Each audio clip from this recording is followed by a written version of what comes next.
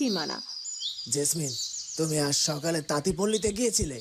রূপমঞ্জরি আর মধুবালা ঠিকঠাক মতো কাজ করছে তো? আমি নিজে যাইনি রাজেশ বাবু, আমি প্রহরীদের পাঠিয়েছিলাম। তাঁতিমাসির খবর দিয়েছে ওরা সারাদিন মাথা নিচু করে সুতো কাটছে। খসখসে সুতোয় হাত কেটে গেলে ওরা নাকি কোনো অভিযোগ করছে না। এটাই তো চারু দিদির শাস্তির আসল রূপ জেসমিন। মৃত্যু দিলে তো ওরা এক নিমেষে সব কষ্ট। দিদি, তুমি একদম চিন্তা করো না, আমি এখনই সেনাপতি রাজেশকে বলছি সবচেয়ে দ্রুতগামী ঘোড়া নিয়ে আমাদের দুধ এখনই রওনা হবে। আর শোন জেসমিন, জয়ামশি তো একদম আমার মনের কথাটাই লিখে পাঠিয়েছে জেসমিন। আমি তো তোমাকে এই গহীন জঙ্গলের পদ্মপুকুর থেকে ফেরার দিনই বলেছিলাম। চারু দিদি আমি চিঠিতে জেসমিনকে লিখেছি চারুর কোলে যেমন নতুন অতিথি আসছে, আমিও চাই জেসমিন আর রাজেশের কোলটাও এবার আলো। হেমমধু রাজ্যের রাজপ্রাসাদের দরবার কক্ষ। সকালের আলোয় দরবার কক্ষ খুব সুন্দর দেখাচ্ছে। মহারাজ অম্বিকা প্রসাদ সিংহাসনে গভীর তৃপ্তি মুখে বসে আছেন। রাজপুত্র অরুণ ধীর পায়ে সেখানে এলো। চারুলতা মধুপুরে যাওয়ার পর থেকে রাজপুত্রের মুখে যে বিষণ্ণতা ছিল তা আজ কিছুটা কম। এসো রাজপুত্র অরুণ, আমি তোমার অপেক্ষাতেই বসেছিলাম। তুমি আজ সকালে তাঁত বিদ্যালয়ে গিয়েছিলে শুনেছি। বিদেশি বণিকদের সাথে নতুন কাপড়ের চালানের চুক্তি কি সম্পূর্ণ হয়েছে? পিতা মহারাজ, আপনার আশীর্বাদে সব চুক্তি খুব সুন্দরভাবে সম্পন্ন হয়েছে। চারু নিজের হাতে তাঁত বিদ্যালয়ে যে নিয়ম করে দিয়ে গিয়েছিল, আমি শুধু সেই নিয়মগুলোই পালন করছি। রাজ্যের সাধারণ তাঁতিরাও খুব মন দিয়ে কাজ করছে। বাণিজ্যের দিক থেকে আমাদের হেমমধু রাজ্যে এখন আর কোনো বাধা নেই। এটা তো খুবই আনন্দের কথা রাজপুত্র, কিন্তু আমি তোমাকে আজ শুধু বাণিজ্যের কথা বলার জন্য ডাকিনি। তুমি এই রাজ্যের ভবিষ্যৎ রাজা। চারু মধুপুরে যাওয়ার পর থেকে আমি লক্ষ্য করছি তুমি কাজের মধ্যে নিজেকে ডুবিয়ে রাখলেও তোমার মনের ভেতরে একটা গভীর শূন্যতা কাজ করছে। তুমি চারুকে ছাড়া এক মুহূর্ত শান্তিতে থাকতে পারছো না। পিতা মহারাজ, চারু শুধু আমার স্ত্রী নয়, সে আমার জীবনের সব থেকে বড় শক্তি। ওকে চোখের আড়াল করে আমার সত্যিই খুব কষ্ট হয়। আমি বারবার মধুপুরে ছুটে যেতে চাই, কিন্তু চারুর দেওয়া দায়িত্বগুলো আমাকে আটকে রাখে। এটাই তো একজন যোগ্য শাসকের সবচেয়ে বড় পরিচয় রাজপুত্র। ভালোবাসার মানুষকে দূরে রেখেও রাজ্যের দায়িত্ব পালন করা সোজা কথা নয়। তুমি যা করছো তা নিয়ে আমি সত্যিই খুব গর্বিত, কিন্তু তোমাকে এখন শুধু বর্তমানের কথা ভাবলে চলবে না। আমাদের এই বিশাল হেমমধু রাজ্যের একটা সুন্দর ভবিষ্যৎ আসতে চলেছে। তুমি কি জানো একজন দাদু হিসেবে আমার মনের ভেতরে এখন কত বড় একটা স্বপ্ন বাসা বেঁধেছে?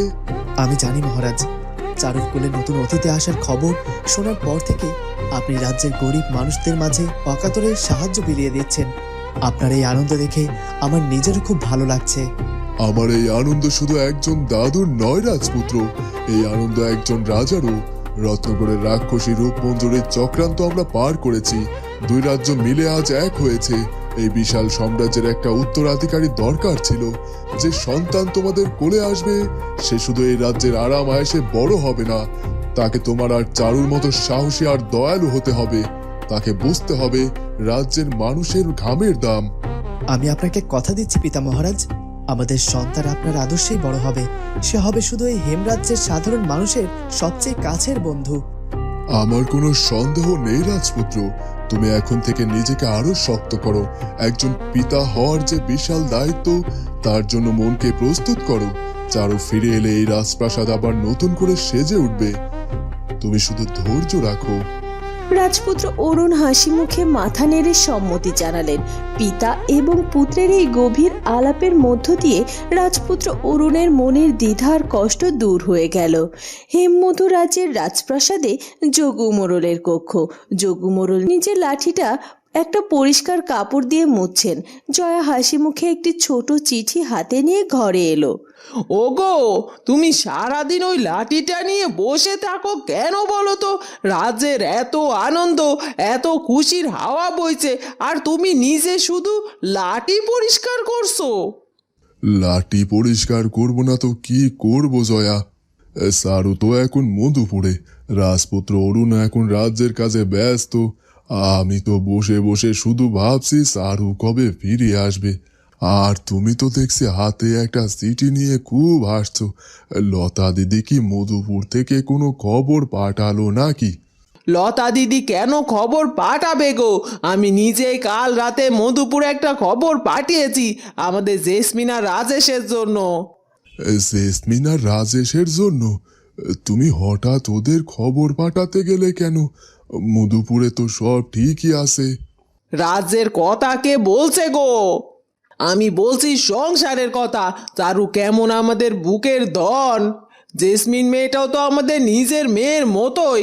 রূপমঞ্জুরি আর মধুবালার এত চক্রান্তের হাত থেকে ও আমাদের কতবার বাঁচিয়েছে।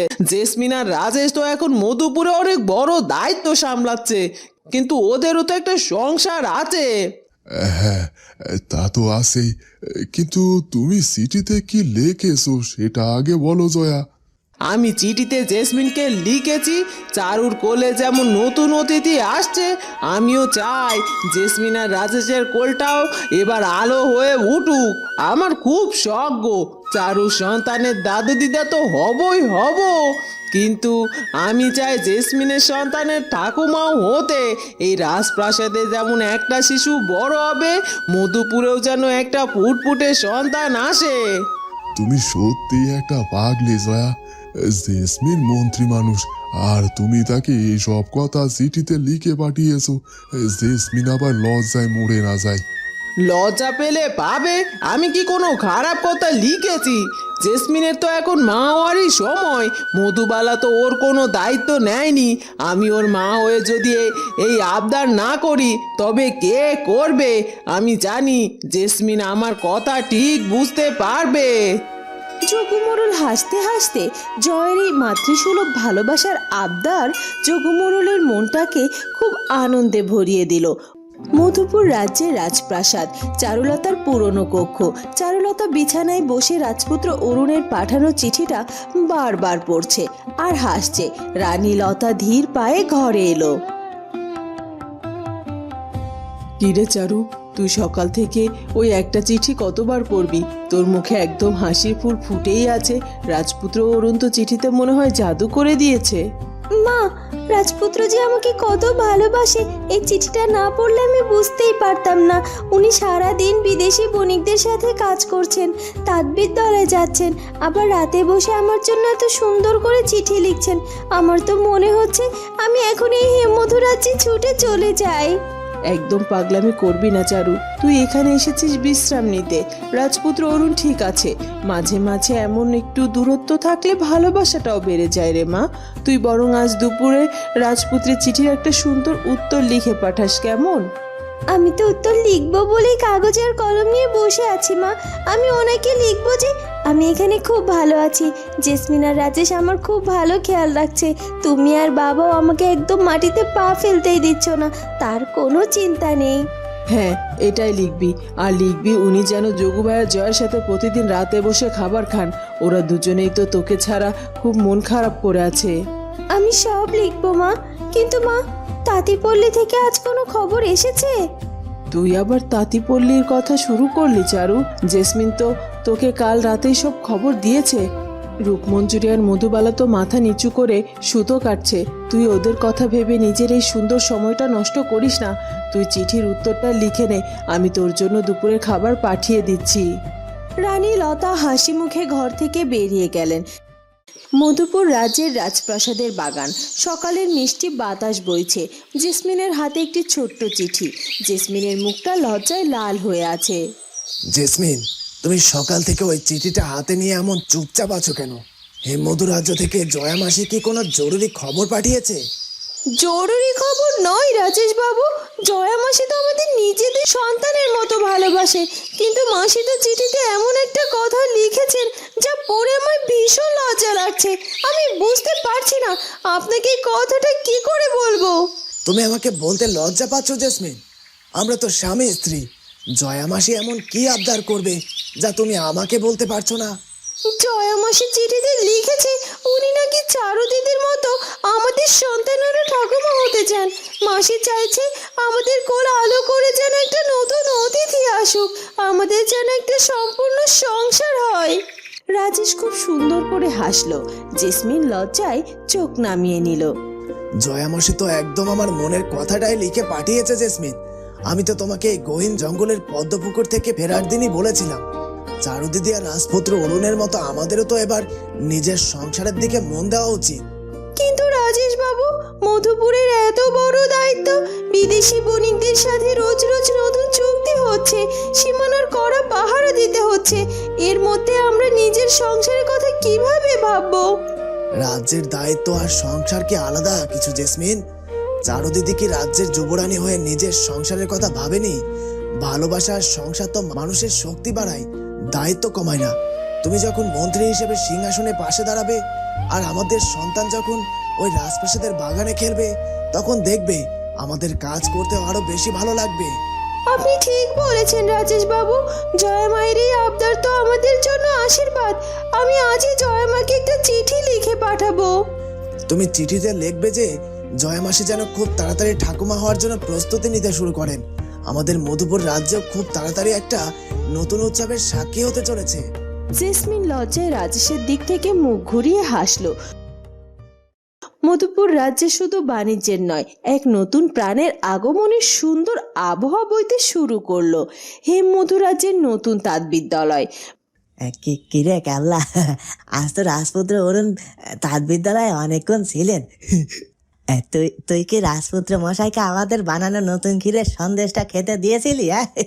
দিয়েছিলাম রে ভাবলা। রাজপুত্র মশাই তো আজ অনেক খুশি ছিলেন। মহারাজ অম্বিকা প্রসাদের সাথে কথা বলার পর থেকে ওনার মনের সব কষ্ট মনে হয় দূর হয়ে গেছে। উনি আমাকে বললেন, ক্যাবলা তুই পাতা দিয়ে যে খেলনা বানানোর কথা বলেছিলিস সেটা বানানো শুরু করে দে। সত্যি রাজপুত্র মশাই এমন বলছেন? তাহলে তো চারু দিদি ফিরে এলে খুব আনন্দ পাবে। দিদির বাচ্চা কবে আসবে সে আশায় সবাই আমরা দিন গুনছি। মীরা, আমার তো ইচ্ছে করছে আমি নিজে মধুপুরে গিয়ে চারু দিদিকে একবার দেখে আসি। দিদিকে ছাড়া আমার দোকানটা কেমন ফাঁকা ফাঁকা লাগছে রে। আরে পাগলি, দিদি তো কয়েকদিন পরেই ফিরে আসবে। তুমি ওখানে গিয়ে ভিড় বাড়াবা কেন? আমরা বরং দিদি ফেরার দিন একটা বিরাট বিরাট উৎসব করবো, বুঝলে তো? আমাদের দোকানের সব খাবার সেদিন বিনামূল্যে রাজ্যের মানুষদের খাইয়ে দেবো, বুঝলে? ভ্যাবলা একদম খাঁটি কথা বলেছে। আমরা আমাদের দিদির জন্য পৃথিবীর সব সুখ জোগাড় করে আনবো। হেমমধু রাজ্যের পশুশালা। সোনা পাখি উড়ে আসে। কি রে লালু ভাই, আজ তো রাজপ্রাসাদের পরিবেশ বড্ড শান্ত। তুই কি রাজপুত্র অরুণকে দেখেছিস? আমি দেখেছি রে সোনা পাখি। রাজপুত্র আজ সকালে দরবার কক্ষ থেকে বেরিয়ে হাসি মুখে হাঁটছিলেন।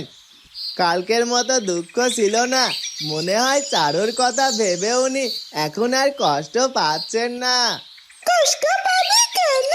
মহারাজ অম্বিকা প্রসাদ তো ওনাকে অনেক ভালো ভালো কথা বলে বুঝিয়েছেন। আর তাছাড়া রাজপুত্র তার চারুলতার কাছে একটা বড় চিঠি পাঠিয়েছে।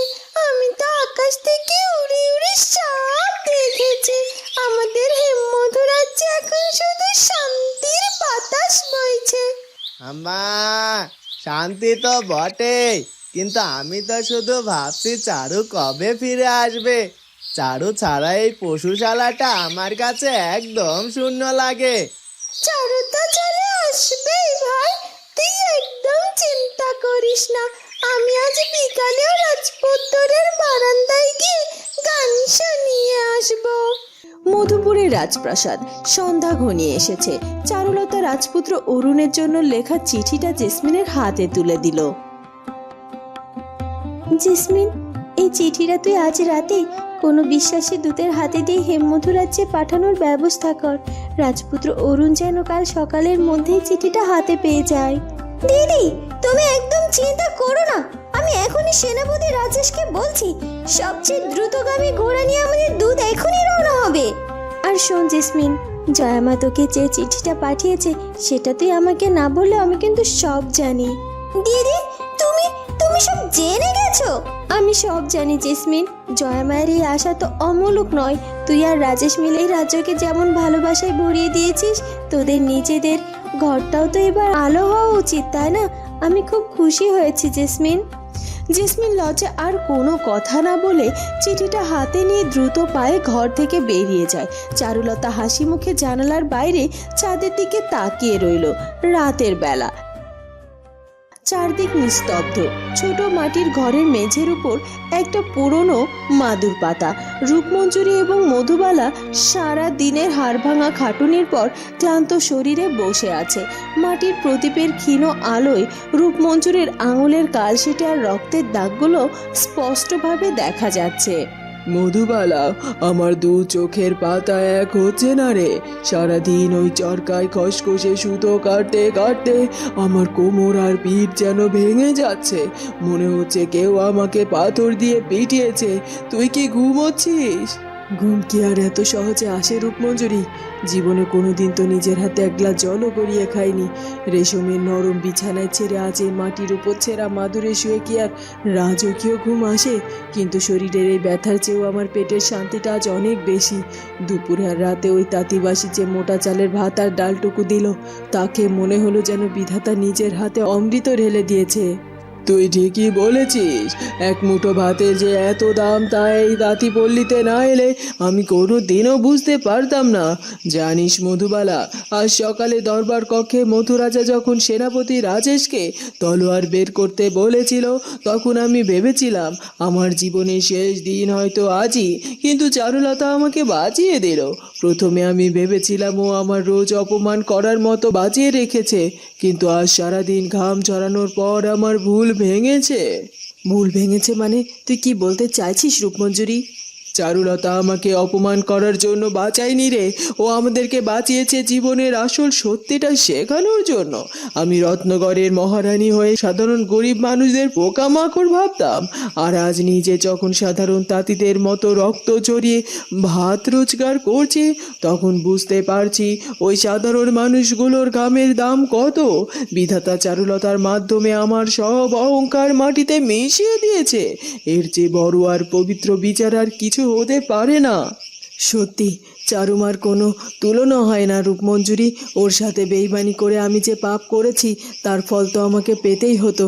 আজ আমার নিজের পেটের মেয়ে জেসমিন মন্ত্রী হয়ে সিংহাসনের পাশে দাঁড়িয়ে আছে, আর আমি তার সামনে এক অপরাধী তাঁতি হয়ে মাথা নিচু করে বসে আছি। এর চেয়ে বড় লজ্জার কি হতে পারে? কিন্তু তারপরও আমি খুশি রূপমঞ্জুরি। খুশি? নিজের এই ভিখারিনীর দশা দেখে তুই খুব খুশি হচ্ছিস?